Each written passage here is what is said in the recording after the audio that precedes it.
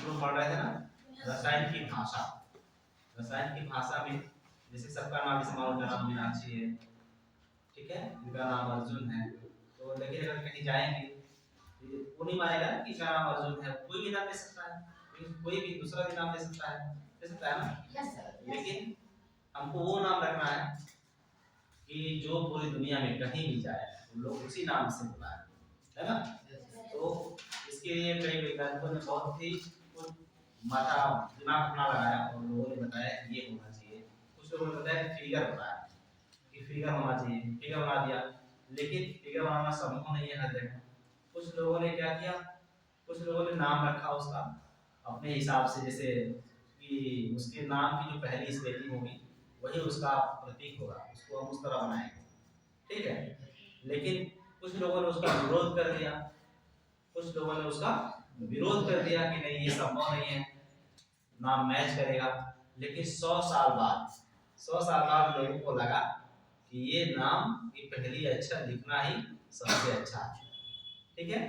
नाम की पहली अक्षर लिखना ही सबसे अच्छा है। हम जानते हैं जो पूरी दुनिया बनी हुई है, जितनी भी चीजें हमारे आसपास दिखाई दे रही हैं, ये सब किसी न किसी तत्व से बनी हुई है और इस पे बराबर खोज हो रही है, वैज्ञानिक लोग खोज रहे हैं और उसी खोज का नतीजा है लगभग 118 तत्व ज्ञात हो रहे हैं, ठीक है। अब 118 तत्वों का नाम लिखना, वो भी किस तरह लिखना कि पूरी दुनिया में उसका नाम कोई बदले ना, ठीक उसी नाम से जाने, उसके लक्षण के हिसाब से, उनकी कुछ कंडीशन है, कुछ चीजें हैं उनके, उसके आधार पे वो जांच परख लेंगे और बता देंगे हाँ ये यही चीज है, बात नहीं ना।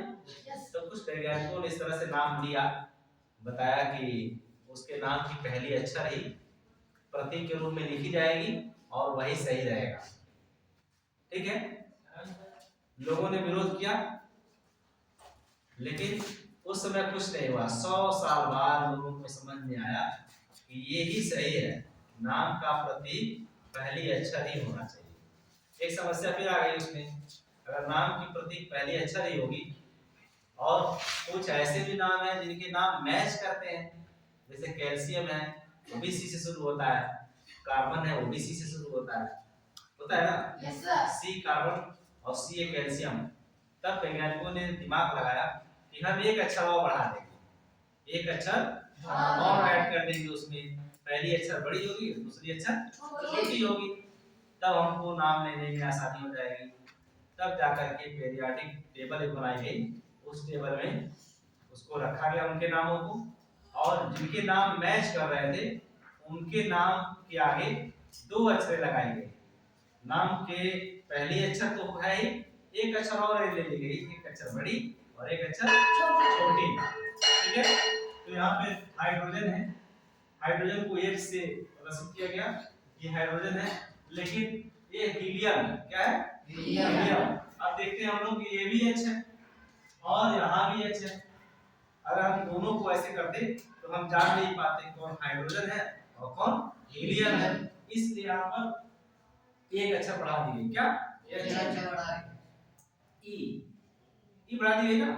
यहाँ पे He तो हम जान जाते हैं अभी हीलियम है। अगर सिर्फ H होता तो क्या कहते ये हाइड्रोजन है ना। तो इसकी एक अक्षर बढ़ा दी गई यहाँ पे स्मॉल लेटर में E, ये हो गया He, हीलियम हो गया। यहाँ पर लिथियम Li से लिथियम हो गया और B से बेरिलियम हो गया। यहाँ भी जो E डाला गया है क्योंकि B से बोरान होता है और B से बेरिलियम भी हो रहा है, इसलिए यहाँ पर एक अक्षर बढ़ा दी गई, B कर दिया गया, B के साथ E को जोड़ दिया गया। यहाँ पे देखो यहाँ बोरान लिखा होगा, तो अगर हम इसको देखेंगे इसको देखेंगे E नहीं लिखेंगे तो हम जान नहीं पाएंगे हम बोरान को बोल रहे हैं कि बेरिलियम को बोल रहे हैं, बस है ना। और C कार्बन है, तो एक का नाम हम पहले दे दिए C, लेकिन दोबारा जब किसी के नाम में C आएगा तो हम एक अक्षर और बढ़ा देंगे। जैसे यहाँ पे है C, यहाँ पे देखो CO कोबाल्ट, यहाँ पे C से भी शुरू हो रहा है, पहले अक्षर में तो हम इसको लिख नहीं सकते, इसलिए हमको यहाँ पे वो बढ़ाना पड़ेगा। फिर यहाँ पे कॉपर Cu, ये भी C से शुरू हो रहा है, यहाँ भी हमने एक अक्षर, वैज्ञानिकों ने एक अक्षर बढ़ा दिए। यहाँ पे Cr क्रोमियम, तो यहाँ भी R बढ़ा दिया, स्मॉल लेटर में R कर दिया, है ना। इस तरह से यहाँ पे है कैल्शियम कैल्शियम में ए जोड़ दिया, एक स्मॉल लेटर में ए जोड़ दिया, तो सी से कई तत्व हैं, लेकिन उनकी पहचान के लिए एक स्पेशल वर्ड उनके नाम से ले लिया गया जो स्मॉल लेटर में, और वहां पे रख दिया गया। अब पूरी दुनिया में ये कहीं भी जाएगा, लोग जान जाएंगे कि ये सी है तो कार्बन है, और सी है तो कैल्शियम है, सी है तो क्रोमियम है, Cu है तो कॉपर है, Co है तो कोबाल्ट है।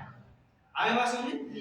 तब ये बदला नहीं जा सकता, ये जो नाम लोगों ने लिखा और ये सब सहमति से मान लिया गया, और आज जो है ये पीरियोडिक टेबल बनाई गई है। ये जितने तत्व इसमें दिखाई दे रहे हैं और जिस लाइन में और जिस कक्षा में दिखाई दे रहे हैं, सबकी अपनी अपनी विशेषता है, इसको बढ़िया से बताया जाएगा। और इसमें कलर भी अलग अलग है, देखिए ये एक कलर का है, ये दूसरे कलर का है, ये दूसरे कलर का है ना? ये सब जो मैच करते हैं, जिनके कुछ लक्षण मैच करते हैं, उनको एक कलर में डाल देंगे। इसमें सभी एक कलर में है ना, इसमें सभी एक कलर में ये एक्टिव ऐसे हैं। तो इस तरह से सबके नाम उनकी क्वालिटी के आधार पे, उनके कार्य करने के आधार पे, उनके व्यवहार के आधार पे अलग किया गया। ठीक है, फिर अगली बात